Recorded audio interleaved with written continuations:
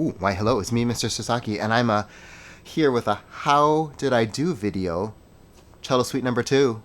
All right, so if you were listening to Bach Cello Suite number 2, the recordings I've been posting, thank you so much. I'm posting them for entertainment, so hopefully, I work on them and I present them, knowing that they're pretty decent. I'm pretty happy with them.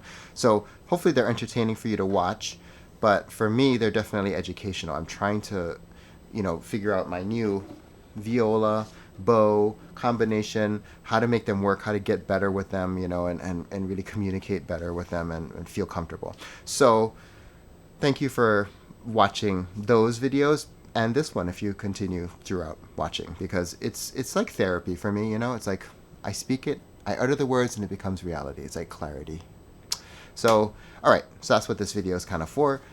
You can see my process and the way my brain works. All right. Oh, and stick around to the end because there's a slight bombshell realization that I had throughout this process in suite number 2 for me. All right. So how did I do?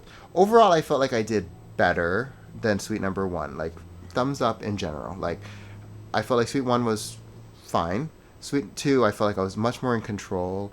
My attacks, my strokes, everything felt more comfortable. My tuning got better. I feel like just overall, I felt like I was clearer to the vision that I have for the piece than I did for suite number 1. All right, so I could execute my vision, I should say. All right, so that's the good. So what I realized, though, the bad is that this suite significantly is more difficult than suite number 1. So suite 2, D minor, is so much harder to play than G major suite 1. The key is just like, it's technically there's some difficult stuff in it, but it's just the key is hard to play in tune. Helen Callis, my teacher in Seattle when I was in school at University of Washington, I learned this piece with her and I did okay, but she told me this is a very dangerous piece. Very dangerous. Do not use this for auditions. Very dangerous. And I was like, what are you talking about? I mean, because, this piece, right?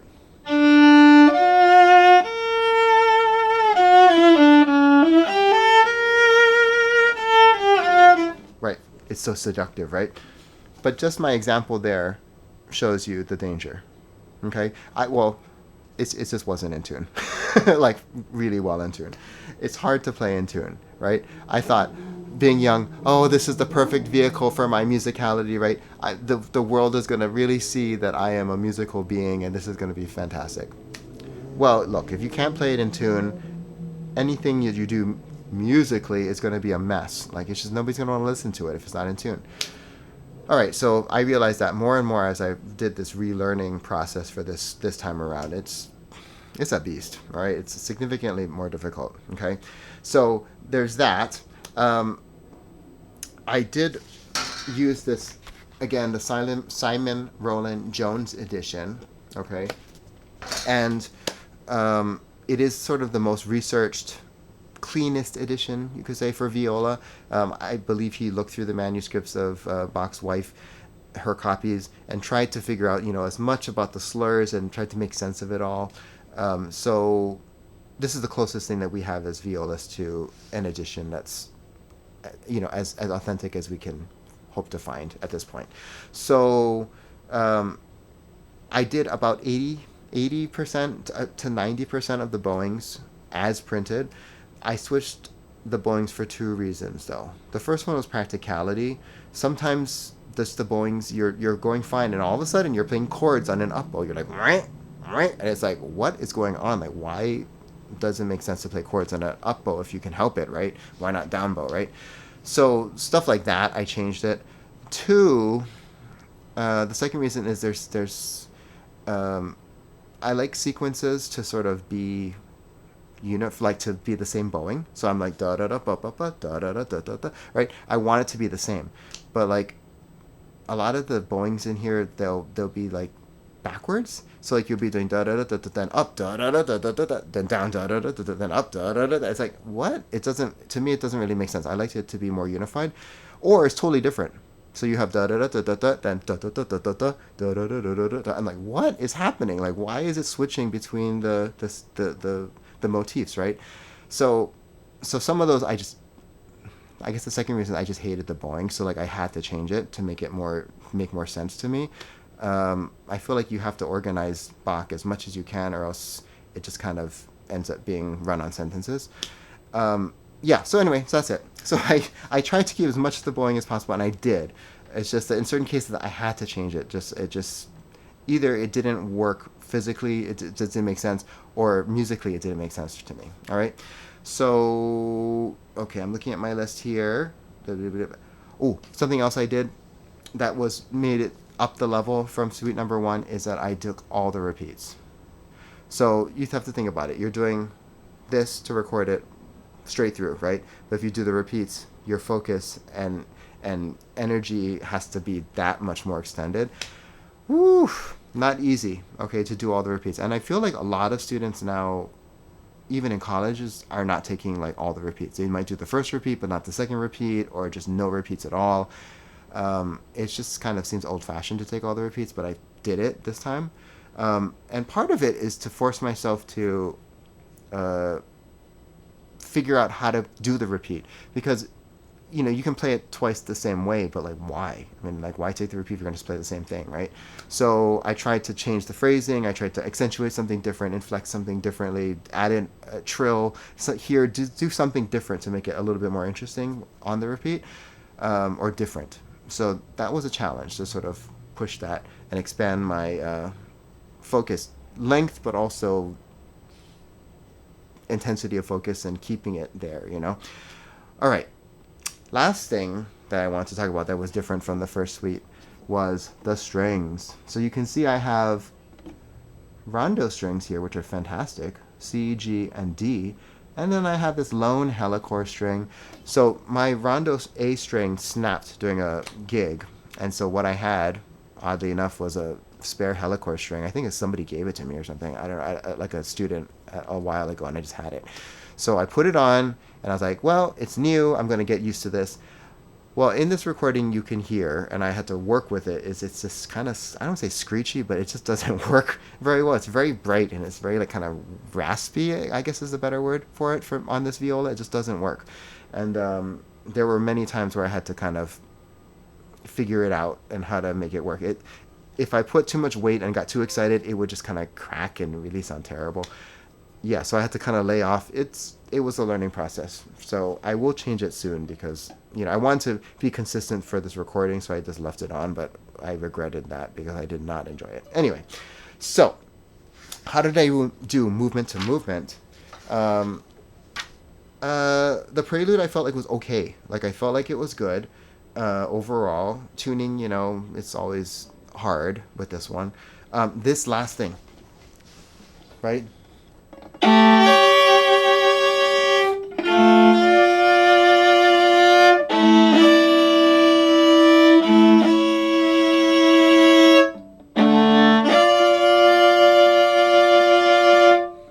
Right? A struggle. I never, my colleagues and friends commented and said like, well, why don't you just do like, or fill it in somehow, right? And then you don't have to struggle. And I just never learned a fill in. Like I just figured that was the way it was printed in my part, and so I just learned it that way, and I just forced myself to do it. And to this day, I'm struggling with it. Someday I might conquer it and like be amazing and holding these chords out, and it'll be sonorous and fabulous. Anyway, I don't know, but maybe I should switch it and find a fill in, because it's not great the way I'm doing it, I don't think. But I just want to be able to. I just see it that way. I don't see any fill in. I just see it that way. So I just feel like it should be played and held out, and I don't know. Anyway, so that's my struggle still. Allemande I felt was okay. Just a lot of chords. Chords are yeah. And then yeah, so all these chords to work out in that, but I felt like it was okay. Courant, I'm somewhat proud of myself because courants I tend to fall over myself, like and I just start to like unravel, and I'm just like always like skipping and like almost like I'm on banana peels or something. So this one I kind of kept it more controlled, and I felt like I did a decent job of keeping the tempo and not letting it get away from me. So that's a success for me. It wasn't perfect, of course. Like some of the string crossings, not so great.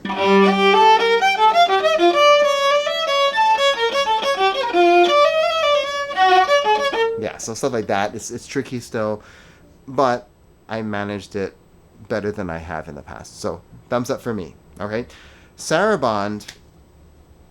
I'm gonna be honest. I like kind of was happy with it. Like, you can roast me, but like seriously, I, I, uh, I really, this is my favorite movement. Like of all the, I like love sarabands in these suites, and I just feel like I have a decent idea of how it should sound, and I can execute it. I guess in how I'm pretty good at executing the way I hear it in my head. So of all the movements, I feel like this is the movement that I can make as close to my ideal vision as possible of any of the other movements. So that's why I guess I'm happy with it.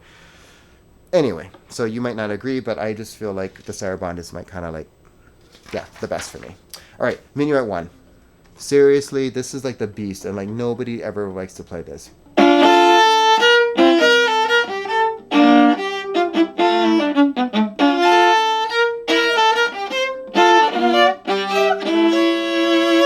What a pain in the butt, all right? So that was okay. What I noticed is this.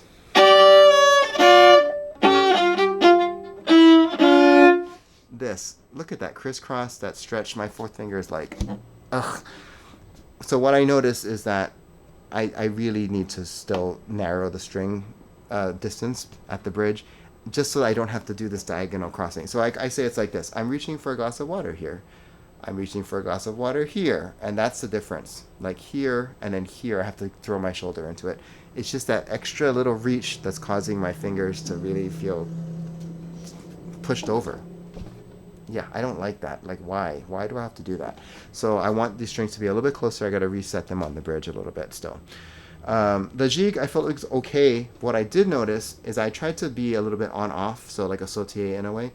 What I'm used to is like around here, of doing an on-off stroke, like a brush stroke or whatnot, right? But this bow requires me to be like around here.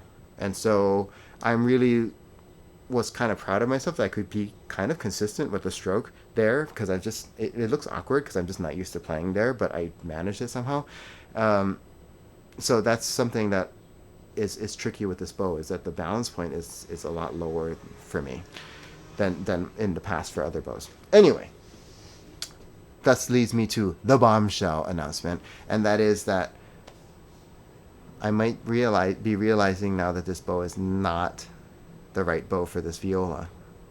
And that's kind of shocking to me, because I bought this thinking this was going to be the perfect bow.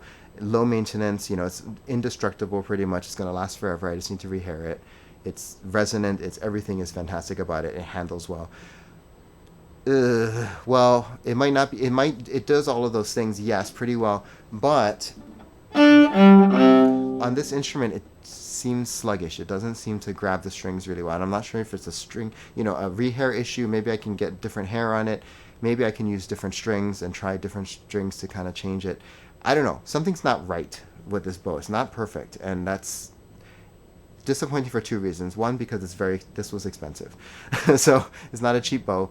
And two, I thought this was going to be the bow for life. Like, I'm done searching. Like, this is my final viola. I'm going to adjust it.